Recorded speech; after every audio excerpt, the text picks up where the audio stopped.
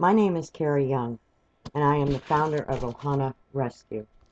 Ohana Rescue has been in operation now for over 8 years, volunteers being a huge part of the operation because I'm an older, tired, exhausted, middle-aged, 50-year-old disabled woman. For the first 4 years of Ohana's existence, we were quiet and we worked behind the scenes. I'm not saying we did not get exposure from the local TV stations or the newspapers, but we fundraised by standing on street corners, putting up jars, having picnics, quietly but effective. The reason behind this video is because I have the right to put the truth out there. I have kept the silence and the fake smiles and the fake mask on for too long. I have heard that there are a lot of questions and comments being spread about the rescue and the situation. So it's my turn to break the silence. I have been threatened for years about how Ohana will be destroyed, how he will burn Ohana. Well, that threat kept me in the abusive relationship for years. Not anymore. Everything that I am saying, there are either pictures, court documents, and witnesses that can prove it all to be the truth. Everything. 4 years into this life-altering journey, I met a man that had transported 2 horses, I believe from Miami, that needed a safe haven to land. He must have seen a nurturer because he never left. He would go down to his home a few hours away a few times a week, but mostly stayed at the rescue with me.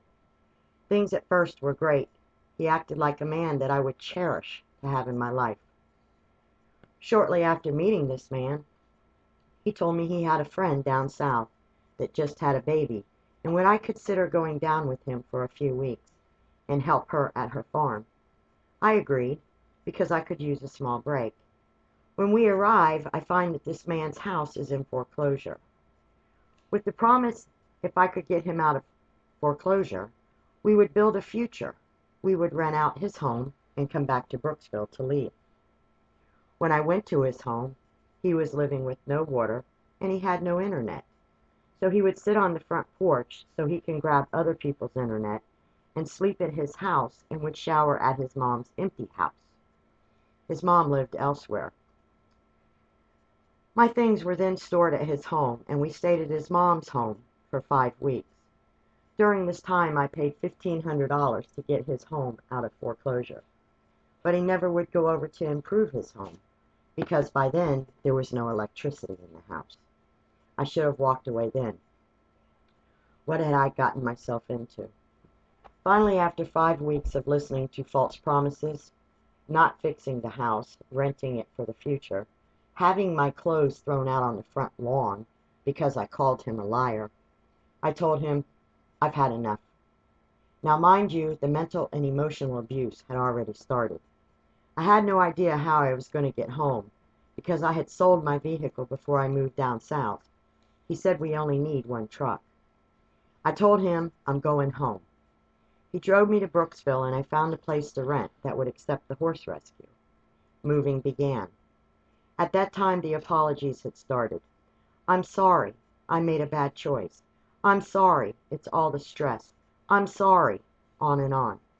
Being a rescuer, I chose to give him a second chance. He moved to Brooksville with me.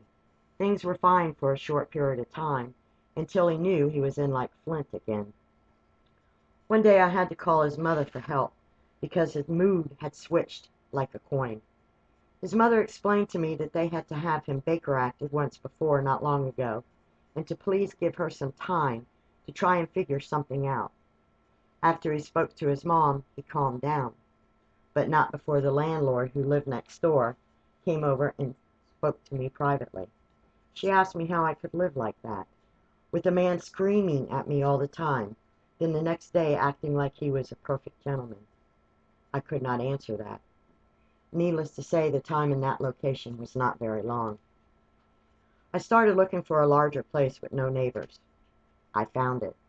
The move was made, and once again the apology started. He promised that he would be better. He knew he had a problem and would try harder. One day my parents, his mother, and his family came over. He had it planned. I had no idea. He asked me to marry him. Is he really going to try? I said yes. The marriage was fast. His mother even did the ceremony. She told me in front of witnesses, laughing, "Phew, now he's your problem." I laughed because I thought it was a joke. I am jumping to right now, this moment, and I will maybe work myself backwards. I work hard to find a new home for the horses here at Ohana.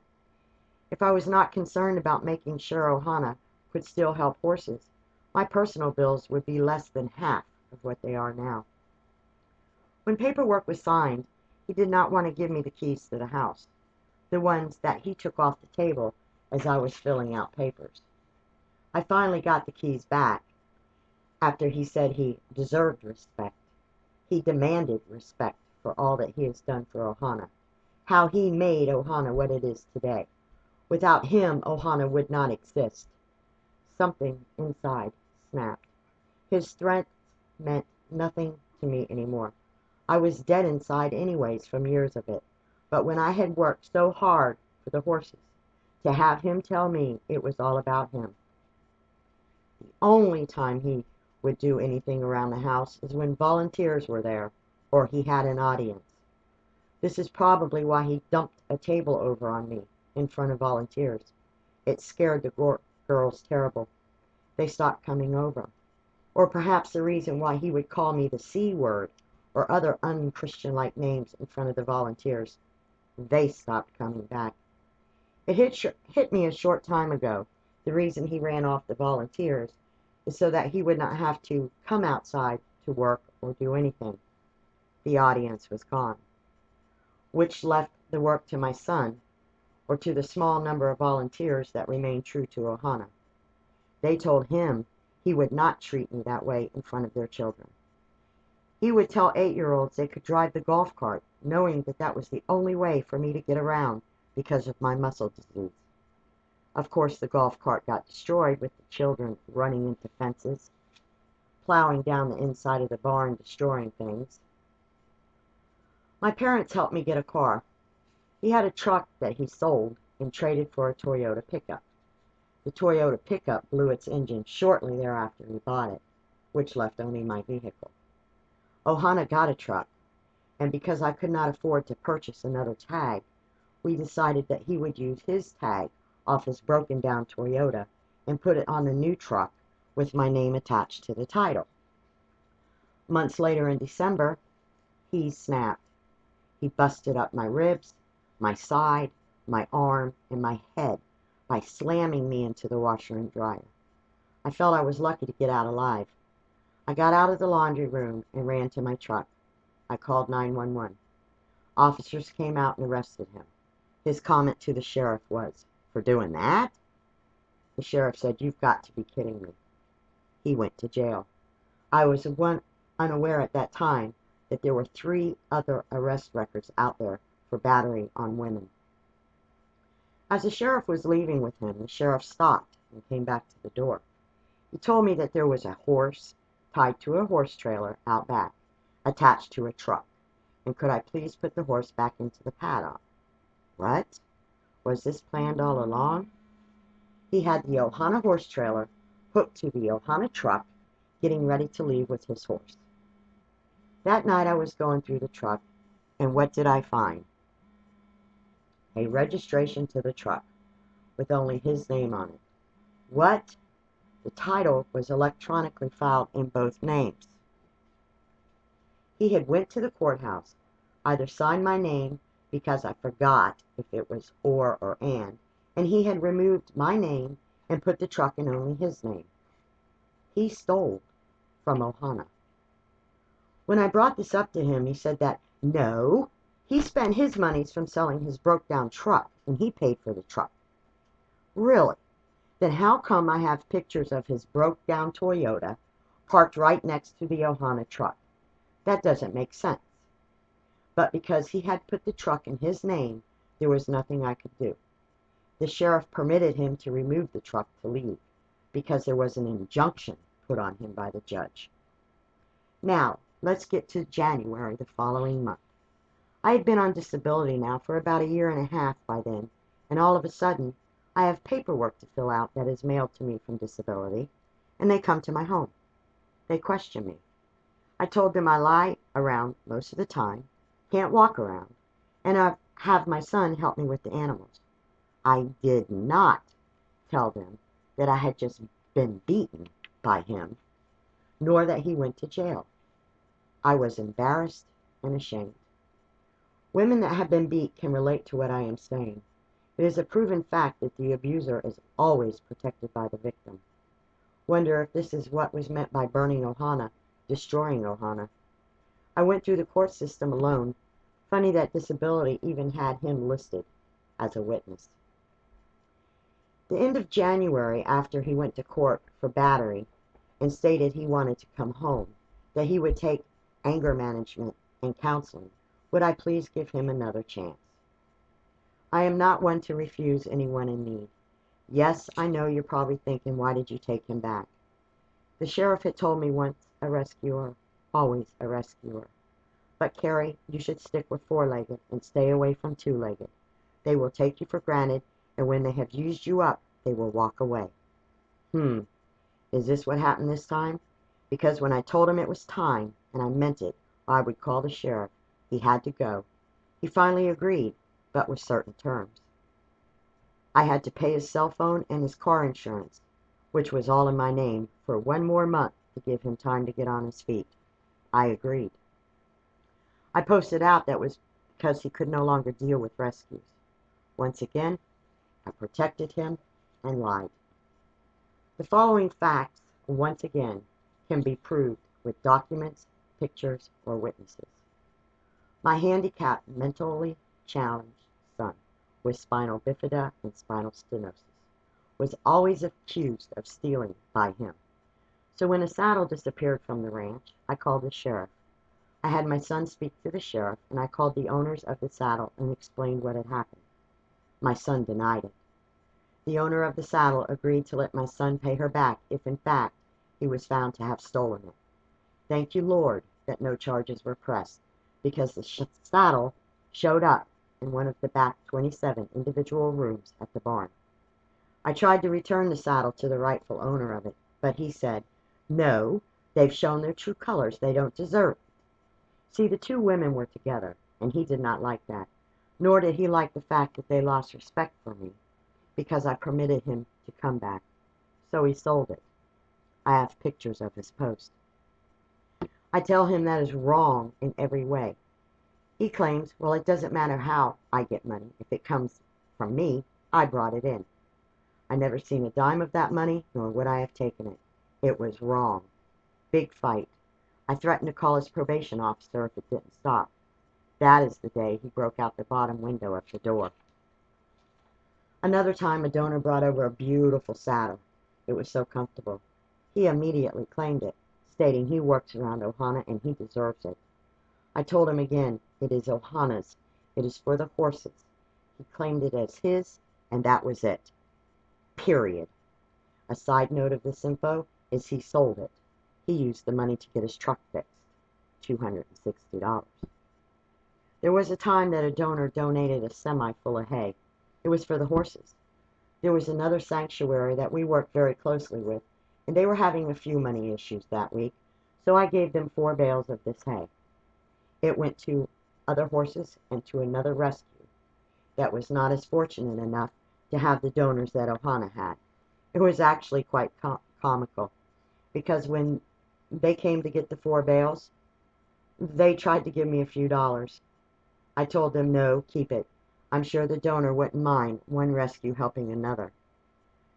The other rescue ended up giving me a few dollars and said it was a donation. We laughed. He got mad, furious actually, because I laughed and had a good time, and because he was not a part of the good deed.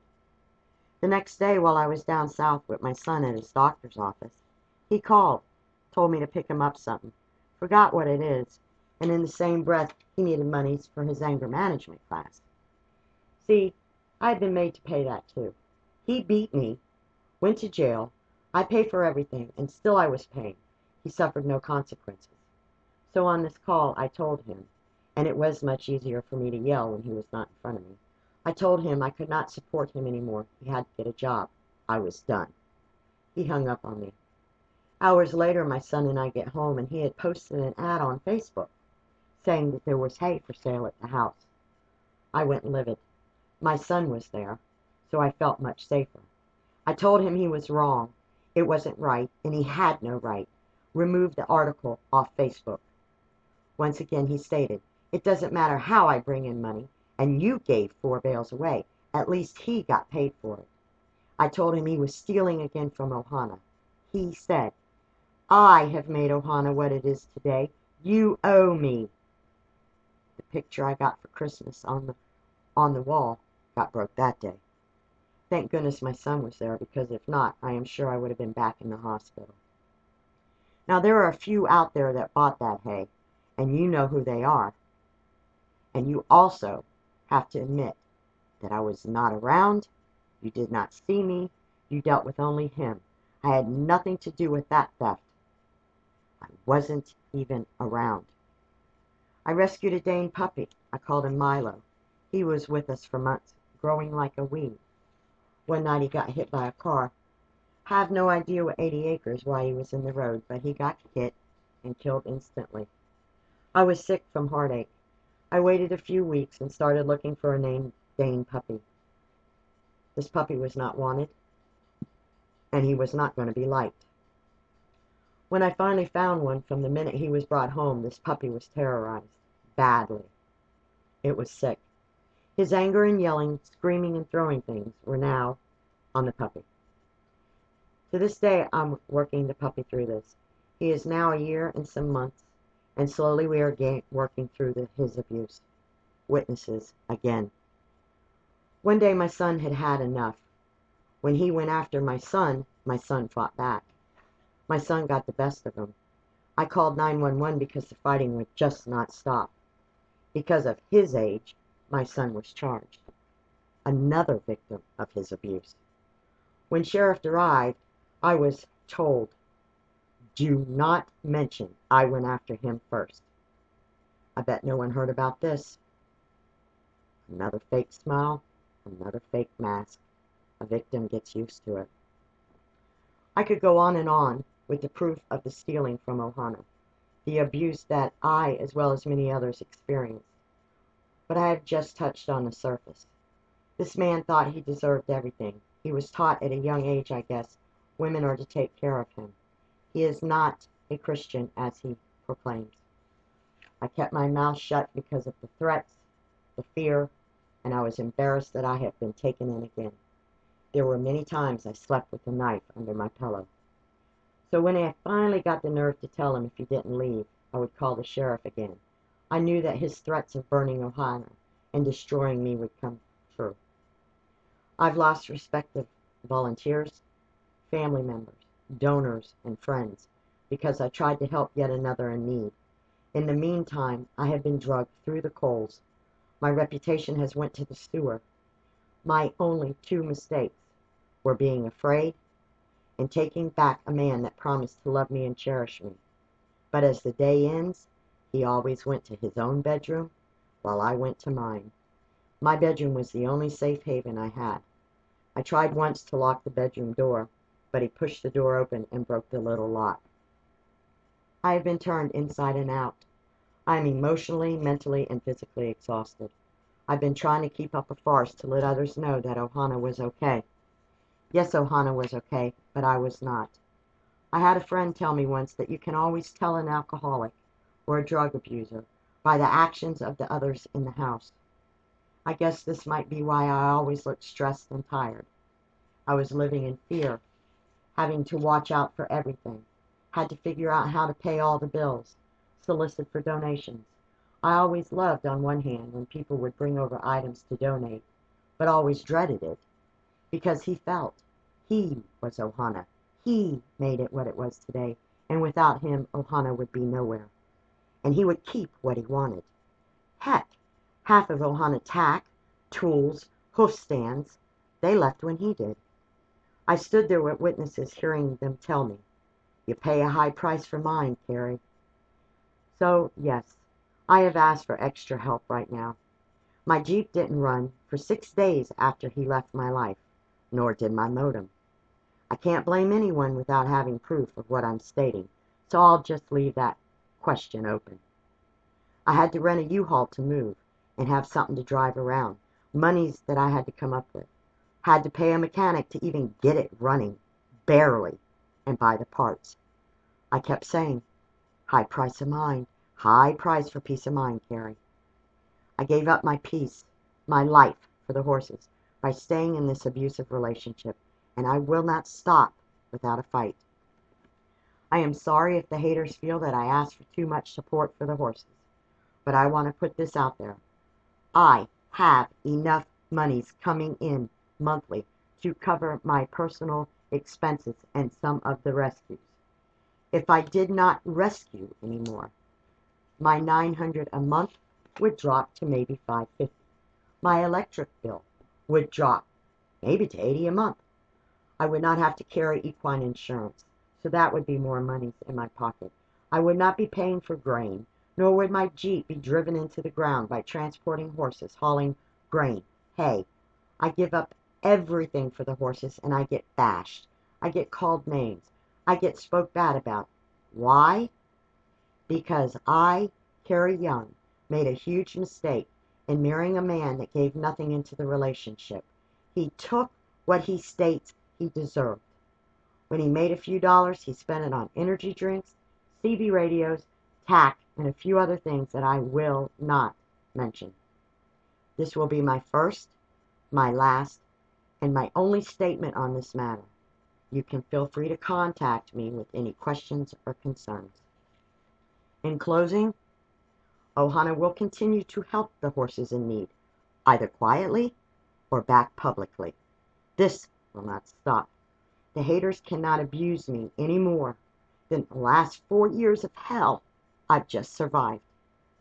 I want to apologize to all those out there that I have pretended to be happy and content in my journey, because my true friends seen the abuse, stood by my side, and were there whenever I needed a shoulder to cry on. And for that, I've been able to survive. I want to apologize to my parents for making them watch me suffer for years. I am so sorry. But I'm free now, and your daughter is back. I love you. So today, I will return to being the one that saves the abuse, and not the one that needed saved from abuse.